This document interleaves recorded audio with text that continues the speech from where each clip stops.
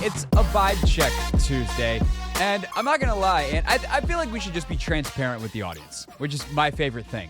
I don't always know that's our boss's favorite thing, but it's my favorite thing, one of my favorite things. And I'm just going to be honest with the audience, which is I think I finally hit a wall. I think I finally hit a wall when it comes to the draft.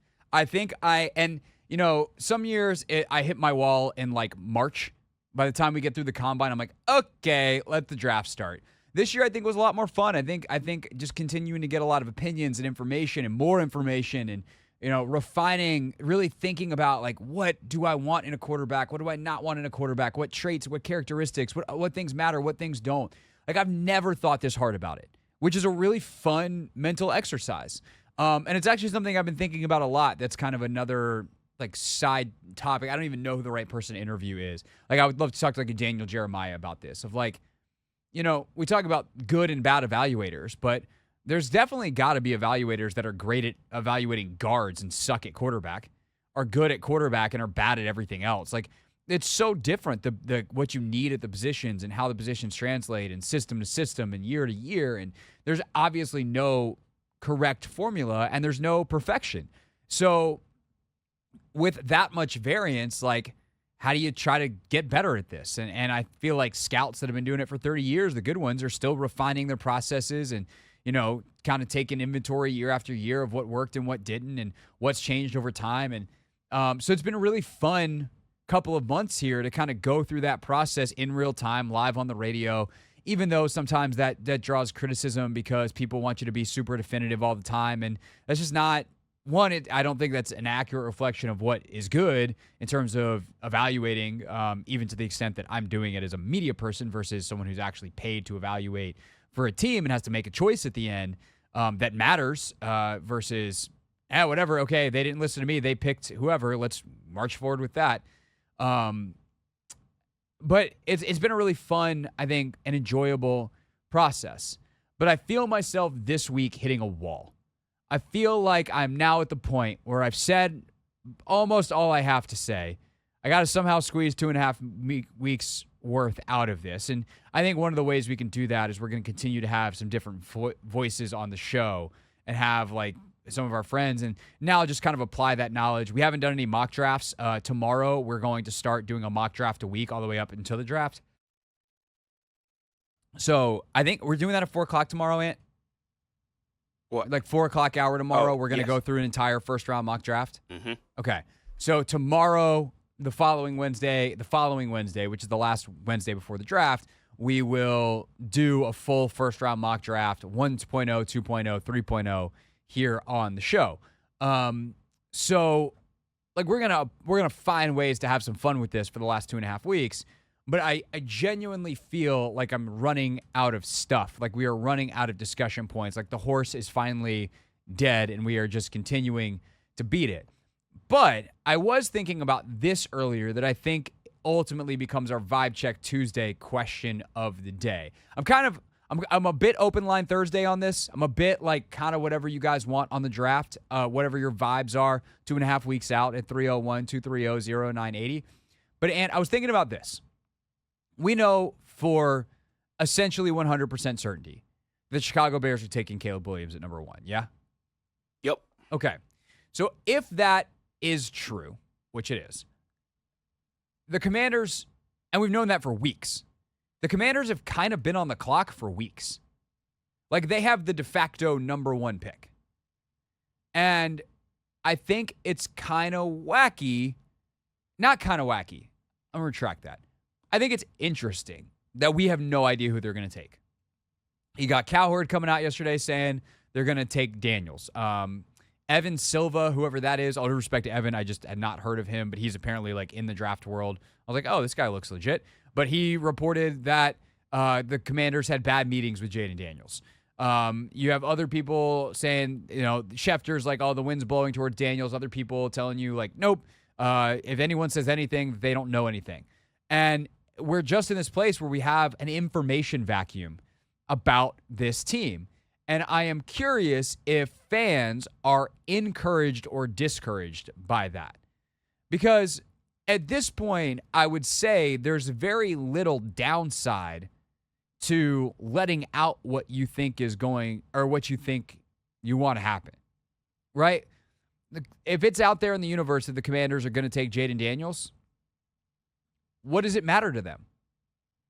Like, I wouldn't go tell Jayden Daniels that. I wouldn't, rub that the wrong way unless you're 100% sure that, hey, we know what the Vikings would offer. We know what Denver would offer. We know what Las Vegas would offer. And there's no way we're taking any of those deals. We love Jayden Daniels. Then so be it. There's no trade that's going to happen. What's going to happen is you're going to go up and you're going to take Jayden Daniels. And I guess you don't want to do that because what if something weird happens over the next couple of days and, we just saw the kid Sweat from Texas get a DWI. Like, that can affect your draft stock a week before. He gets hurt in a workout. Like, knock on wood, please, none of these. Drake May, Jayden Daniels, please, for the love of God. JJ McCarthy, everyone stay healthy, everyone stay clean, everyone put themselves in a giant Michelin man suit, and nobody go outside until the draft. But you just don't know. But realistically, we know the Bears are taking Caleb. And if we knew at the level the Bears are taking Caleb, that the Commanders liked Jayden or Drake or JJ, then, I guess what's the harm? And yet there's nothing. There's not a word out of this camp, out of this team. And so I'm curious how fans think about that. 301-230-0980. Also open to your other draft, quarterback or not questions. We have done a little bit of other needs, but if we want to dive deeper into the non-quarterback stuff, I'm cool with that today too. It's a Vibe Check Tuesday, Commanders fans, and we're talking to you about the 2024 NFL Draft. 301-230-0980. Do you wish you knew a little bit more about what they were going to do? Your phone calls next. One of the questions we're asking is, are you kind of freaked out about the fact that the Commanders have somehow, even though that they have essentially been on the clock for a month since we knew that, Chicago's definitely taking Caleb Williams, post-combine, are you kind of freaked out about the fact that we don't have a clue what they're going to do? Or are you psyched about the fact that this has been run in a very clandestine type of way? Let's go to those phones. Got a bunch of new names, which is cool to see on the phone lines. Let's go to Matt, get us started. Matt, thanks for calling. You're on the Hoffman Show. Hey, Craig, it's Matt. I'm glad that we don't know what's going on. If this had been the Snyder administration, we'd have known before the combine who the hell we were picking at number 2.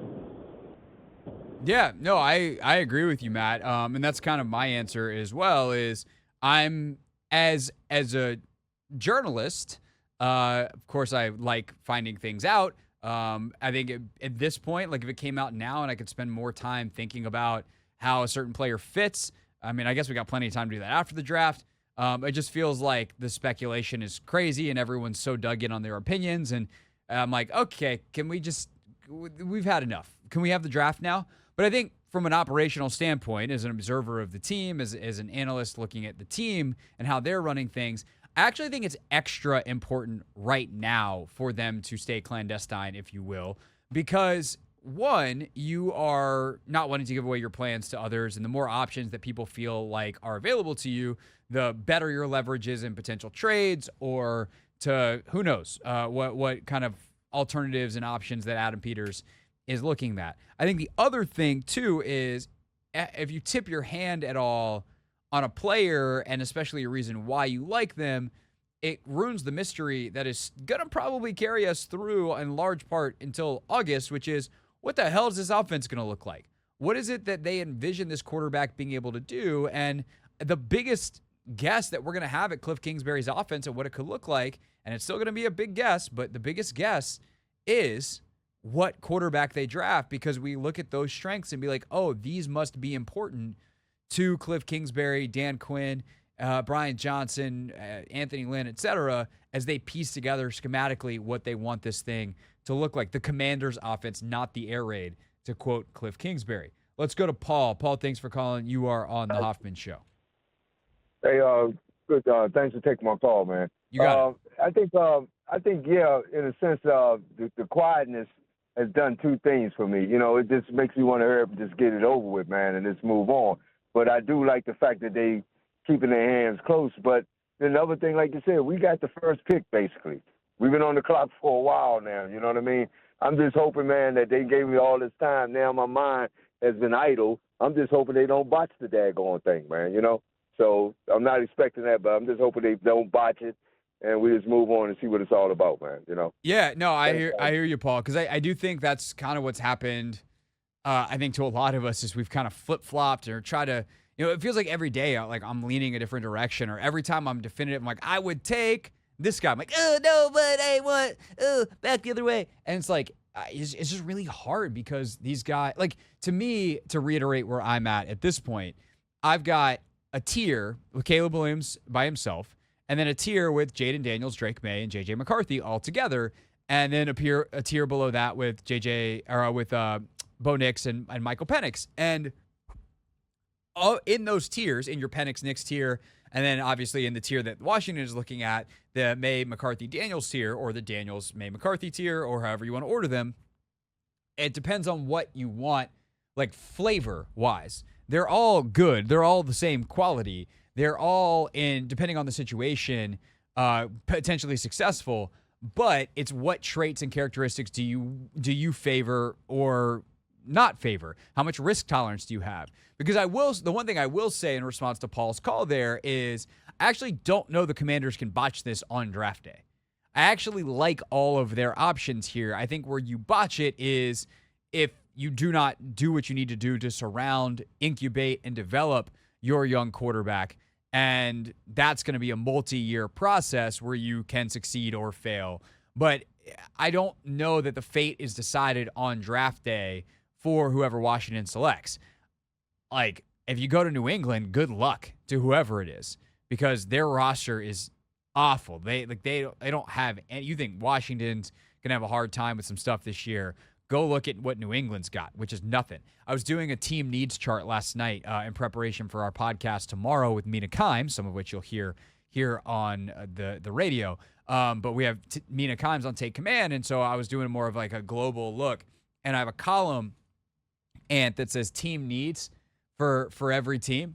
And like obviously Chicago, you start off with quarterback, and you're like, okay, offensive tackle, D-line, wide receiver. Washington, corner, wide receiver, quarterback, linebacker, potentially. Like, actually, probably not linebacker anymore. But like, we all know what the team needs are for each team. And I got to New England at 3, and I just put yes. I literally put the word yes.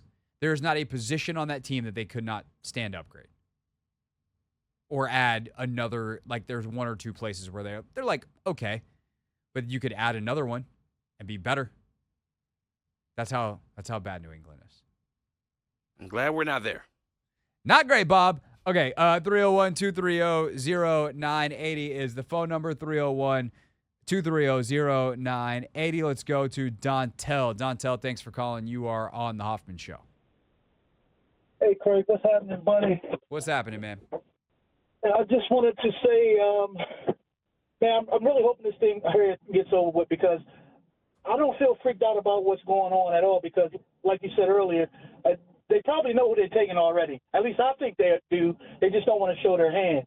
But my thing about, them botching this whole thing is, it's only one way that you botch this, in my opinion, and that's it. I think they should have Jaden Daniels, and that's it.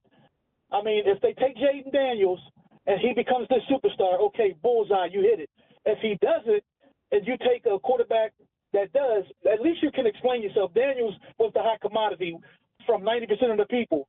But if you do it vice versa, and Daniels is no good, and this other quarterback is, hey, we thought Daniels was this, and that 90% of the people did. So it's not on you botching it. But if you let Daniels get away, he becomes sharp as a knife, and the other quarterback that you took isn't, then that's when you're going to have your problems with your fans and everybody. Well, hold on, Dontel, let me just try to understand what you're saying here, because when you say 90% of people, who are you who are the people here? I mean, just barbershop talk, just out in the media. Everybody knows Jaden Daniels, in my opinion, should be number one. I don't know what they see in Caleb Williams that's so far ahead of Jaden Daniels. I really don't. There's plenty, but I would say this. It's not plenty, Craig. It's not plenty. No, there's plenty. I can talk about it in a second, but let me. Hold on. We can talk. We can talk about it in a second. But let me just tell you this. If I'm Josh Harris, he hung up. That's annoying. Just for the record, I did not. My hands were down. And you didn't hang up on him, did you? I didn't hang up on him. Okay. Dontel hung up. Dontel got mad or just accidentally hit the button, whatever. But here's what I would say. If I'm Josh Harris, and you're like, hey, 90% of people were saying, Jaden, what was I supposed to do? I don't know how much Adam Peters makes, but if I'm Josh Harris, I would look at Adam Peters and go, that's why I pay you, and I don't pay them. If I didn't want to pay a general manager to make important decisions about the franchise, I would just go get my hair cut every day. And so unless you're getting your hair cut at the barber shops in Indianapolis the week of the combine, and you know that a bunch of NFL scouts are doing the same, then one, I don't care what 90% of people think if I'm Josh Harris and I'm the one who signs the checks. And two, I'm not signing anybody else's checks. I'm not signing other teams. I'm signing your checks. That's literally your job, is to be right. And it's not about, if you mess it up, you messed it up. It doesn't matter what other people think. I think there are some situations where that is true. If, you drafted Andrew Luck and it didn't work out, but then the question becomes, why couldn't you make it work with Andrew Luck? But as for the Caleb Jaden Daniels thing, and look, I'm not saying it's an outrageous opinion because, Louis Riddick has the same one, and Louis Riddick is one of the people that I respect about football the most, and he thinks that Jaden Daniels should go number one. But Caleb Williams has a creative ability that is Mahomes-esque. It is 100% true. He also has shown the ability to win from the pocket.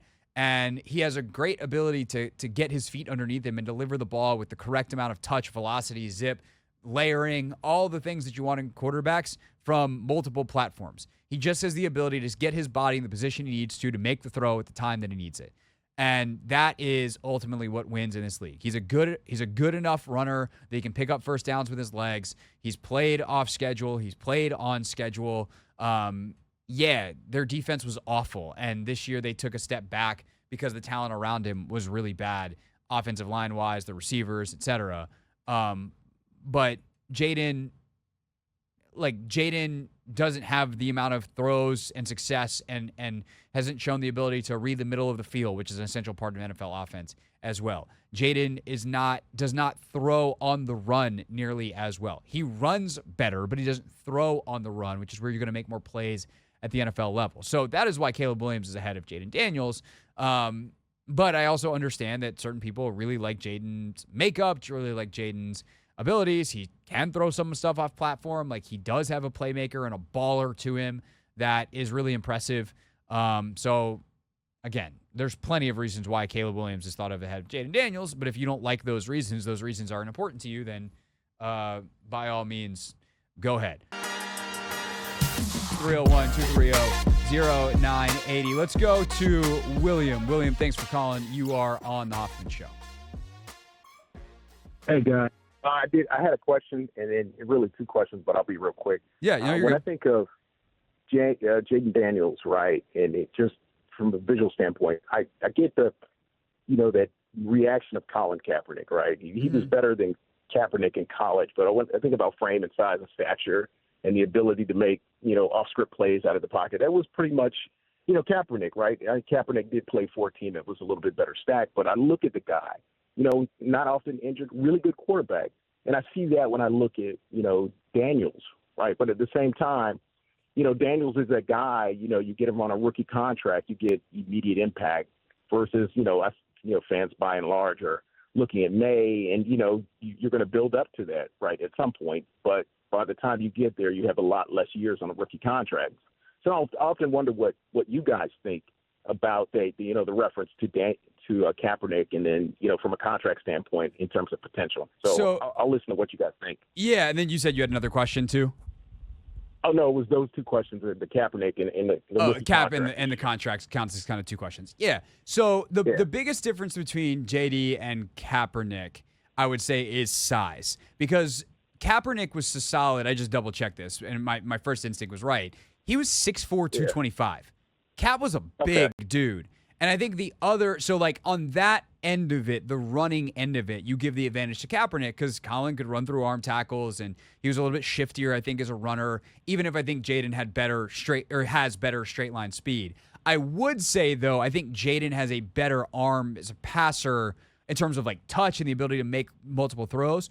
Kind of the big criticism of Kaepernick as a player was he was all fastball, no changeup. That dude had a cannon of an arm and he had a really quick release. Like Colin was very physically gifted, but the reason he ultimately was a second-round pick was because he didn't show a lot of touch, and that never really changed despite the amount of success he had. But I think to your point, you can run similar offenses with both of them taking advantage and leveraging their running skills and some of the things that they can do while they're on the rookie contract to try to go for it relatively quickly, because there is a floor underneath them as players, as runners, where they're going to convert some first downs and make some plays that other quarterbacks might not.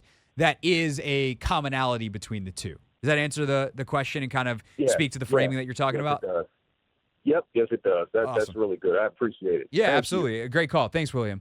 Let's go to Jabril. Jabril, thanks for calling. You're on the Hoffman Show.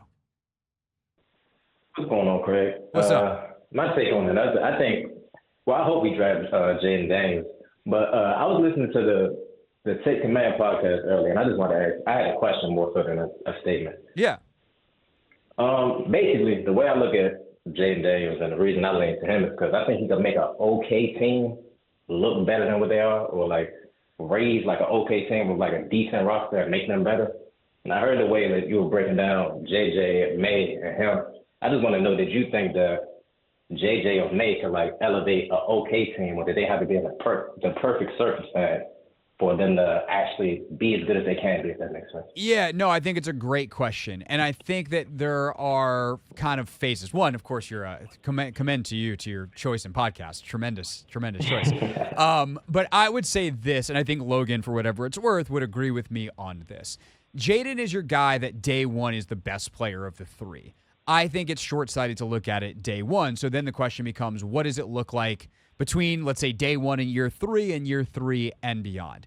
Drake, I think early is super up and down, like could be a nightmare if things don't go relatively well around him. Like you could be looking at a really ugly rookie season, and I don't think he elevates a lot of the pieces around on a consistent basis. Like he would have some weeks where he just throws a couple bombs to Terry and Terry comes down and makes plays and like, cool. But week in, week out, if the O-line isn't as better as we hope that it is, et cetera, like that could be rough. I do think McCarthy could start day one. I do think because of the way he played and the style he was in at Michigan, I would want to insulate him in the same ways that I would insulate Jaden. And I think that's an important point. Jaden could play week one, but it's not like I go out there and drop him back 30 times week one. That would be crazy. And I think the same thing for McCarthy. And I think the question you have to then say is, okay, over the long term, which one of those guys develops better? And I think that you would point to JJ's efficiency and his processing over the middle of the field is to say he could have the higher ceiling because of that. You could point to Jaden and say his ability to throw the ball deep and especially outside the numbers, and not to mention the running ability. If he can kind of pick up some stuff more over the middle of the field, that would be really helpful in him reaching a high ceiling. And that's the question I think you're asking if you're Cliff and Brian Johnson, especially, and obviously DQ and Adam Peters, is which do we think could get there? And then you go bring Drake back in and say, all right, if we're willing to kind of bring him on really slowly, could the stuff that he does well be cleaned up over time and we slowly increase the volume of his throws? And then all of a sudden we're talking about a Justin Herbert level, Josh Allen level player, potentially because of the physical tools that he has. And that's a really hard, like, if you know the answer to that question, you should have Adam Peters' job. I don't pretend to, but that's at least the question, the right question that I think we should be asking here, that they are asking. One last moment before I go. I don't want to take up too much of your time. No, you're good. I appreciate it. Do you think we have the infrastructure for a Drake May? I don't want to call him a project because I feel like that's so dismissive of him because he's good. But how long is long term in your eyes? Is it 3 years? Is it okay? Because realistically, if he doesn't work in 2.5 years, it's going to be somebody's going to have to. So how long do you consider long term for him to be able to speak because he's so young? Yeah, no, I think that's a great question. And Jabril, I appreciate the call and you checking out the pod as well. I'm going to hit the old drop button and let you listen offline or on the radio. But I think that for Drake, you're looking at, could he be rounding in the form by the end of year one with the right coaching and the right infrastructure? Yeah, by year two, he's like a solid player. Then year three, you're like, okay, are we cooking now? That's, I think, the hope is by year, you go into year three feeling really good about where he's at, and that you hope years 3 through 10 are like awesome Pro Bowl caliber, all pro caliber years. That's the kind of upside that he has as a prospect. And I do think that they have the coaching infrastructure and the patience and the player development staff and resources and the kinds of things that good organizations invest in to potentially get that out of him. The question I would have is it in him in the first place? And that's not me saying I don't think it is. It's me saying it's impossible to know if it is. And is he capable of, at the highest level, where there are not 32 guys on the planet that can adequately fill the 32 starting quarterback jobs, is he capable of doing the thing that Josh Allen did and that Jordan Love did and that Aaron Rodgers did and some of these quarterbacks that had footwork that was all over the place in college and shoring it up and making it better? And in the meantime, can he be good enough to be worth playing? Like, those are two separate but also very important questions. And I would say if Washington took him, I would be like, all right, this is going to be an interesting ride, but I think they can get there. I might be more comfortable with the other two, which is probably where I'm at if I'm being honest today. But I do think that they are capable with I trust Dan. I trust Adam Peters to know what it's supposed to look like. Great calls. We will get to more calls later on in the show. But I do think we know that I haven't actually seen or heard Linnell today, Ant, which is, rare. Normally, you at least hear him. Do we know that he's here? He is not here. When is he getting here? I think closer to 5:30. Okay. I think that is a. Okay. Yeah. So I'm glad I didn't tease Linnell next because he's not here yet. Nope. So here's what we're gonna do. For those that are not Jabril and haven't listened to the fresh episode of Take Command that we recorded and released this morning, we can play a conversation that Logan and I had on Jaden Daniels about processing speed and about some of these factors. We can play that next. So we'll do that, and then we'll talk to Linnell at 5:30, and that's our plan here on the Hoffman Show. Hey, this is DA, and you're listening to The Hoffman Show on the Team 980 and the Odyssey app.